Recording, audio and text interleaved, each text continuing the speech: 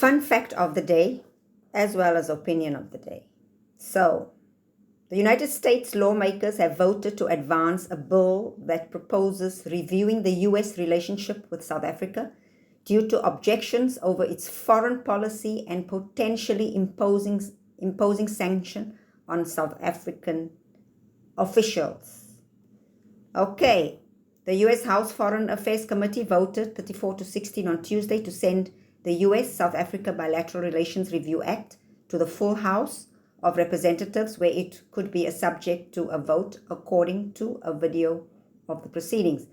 Okay, fine. So they want to sanction our leaders because of its foreign policy. Okay, so they want to do this because they feel that we are not a sovereign country. So we don't have the right to make decisions about our country. No, we cannot do that. We need to listen to them, and then they will tell us what decisions we must make. And if we don't follow the decisions, they're going to sanction our leaders. Now, remember, this has got nothing to do with whether we like our leaders or we don't like our leaders. This has got to do with whether we like our foreign policy. So keep that in mind. So South Africa's foreign minister and a spokesperson for President Ramaphosa declined to comment. Okay. So the bill was introduced in April by Ronnie Jackson, a Republican congressman, of course, from Texas, of course, where else, who cheered the move on X, writing, "South Africa made its choice when they abandoned America and our allies and sided with communists and terrorists." The bill accuses South Africa of undermining U.S. interests by maintaining close relationships with Russia and China, which are among its allies and trading partners. You see? The USA, they don't want us to be friends with China and Russia. No. We cannot choose our friends. We cannot choose who we align with, because it's not about our people. Because, we align with Russia and China because we are a BRICS nation. And we align with Russia and China because any trade we can do with them, we can negotiate trade deal by trade deal. And because we are all developing countries, we can keep the cost of everything very low. But no.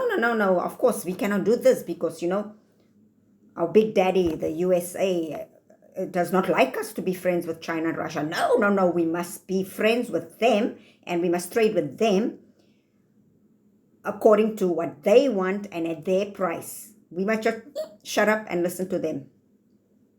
Don't be friends. Don't be friends with China and Russia, because this has got nothing to do with we the people who it's better for us that we trade with China and Russia so that things can be cheaper for us. I mean, look at your house, look at your handphone. How many of you have a Chinese handphone? No. We need to trade with the US, and then we all need to have an iPhone, which is not going to be all of us. It's probably going to just be a few of us. But we have to listen to Big Daddy. The bill accuses South Africa of undermining US... Okay, I read that part. It also accuses South Africa of backing Palestinian militant group Hamas that is at war in Gaza with Israel, which South Africa has denied. South Africa has denied it, but no. We are the USA. You black people cannot come and tell us what we think we know. No. Only we know. And if we say you are doing it, then you are doing it. And then just my opinion, as far as I'm concerned, one man's terrorist is another man's freedom fighter. So although for the US, Hamas might be terrorists, and for Israel, but for the Palestinian people, Hamas, I don't know, they're probably freedom fighters. Who knows? I'm not Palestinian. South Africa has long been a supporter of the Palestinian cause and filed a case accusing Israel of genocide at the International Court of Justice in 2023, which is mentioned in the bill as one of its concerns. Oh yeah, because no. South Africa should not support people who are being oppressed under an apartheid system. No, we should not side with those people because, we don't understand apartheid. Apartheid is something that doesn't exist. And we, South Africans, should not support a people who are where there is a genocide being committed against them, where innocent non-combatants are being killed on a daily basis. No, we should not support this. No, no, no.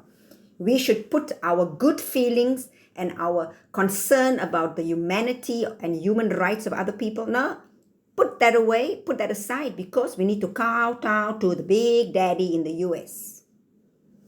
That's basically what it says. Again, it doesn't, I'm not talking about whether we like our leaders or we don't like our leaders. We're talking about policy. So those of you who, yeah, but the ANC is bad, shh, compartmentalize. That's one subject. This is another subject. Focus on what I'm talking here, okay? Focus. Yeah, so of course, no. We cannot be supporting innocent people who are being killed. No. We must not be as heartwarming and as good people as that. We must be downright evil and not support them. Okay, then it says the bill proposes a full review of the bilateral relationship and to identify South African government officials and ANC leaders eligible for the imposition of sanctions. If they were doing that because the ANC is corrupt, stealing our money, looting, not caring for the people, maybe I'll still be on board, although I would still feel it's not their right to interfere in our internal affairs. But I don't know why this is even an issue, why they're bringing this up. Because foreign policy, if the majority, we agree with the foreign policy, how can an outside nation come and tell us what we must agree to or not? It's our country. We are a sovereign nation, or are we not anymore? It later says that these would be people determined by Trump to have engaged in corruption of human rights abuses. No individuals are named. So what human rights abuses? Because I don't know of any. Maybe the abuse that they are corrupt and stealing our money. That could be the only abuse I can really think of at the moment. South Africa's relationship with the United States has sharply deteriorated during Trump's second term, during which he has accused the government. Oh, this is where the main thing, this is it. Listen well. Trump has accused the government of anti-white racism and started the refugee program for Afrikaners who are descendants of European settlers. So actually there you have it. This whole thing, that other stuff is just scenery passing by, to add atmosphere. The main thing, our anti-white racism. South Africans are anti-white. And then that is why I even had to start a refugee program, because remember, we are like genociding our white people, and because of our 142 race-based laws, they can't survive, they are poor, they are dying in the ditches, life is so hard for them. Oh, I feel so sorry for them. Oh, but then he ends it up there with, he did offer them refugee status. So why are they sanctioning our leaders when these white people who don't like anti-white racism, they can just go to the US, and then they are descendants of European settlers. So they are Europeans. They can always just go back to Europe if things get bad. I mean, look at all the rest of us. Where are we going to go? We are already where we are supposed to be. Of course, us coloreds, we could still go to other countries because we are mixed, but other countries won't accept us.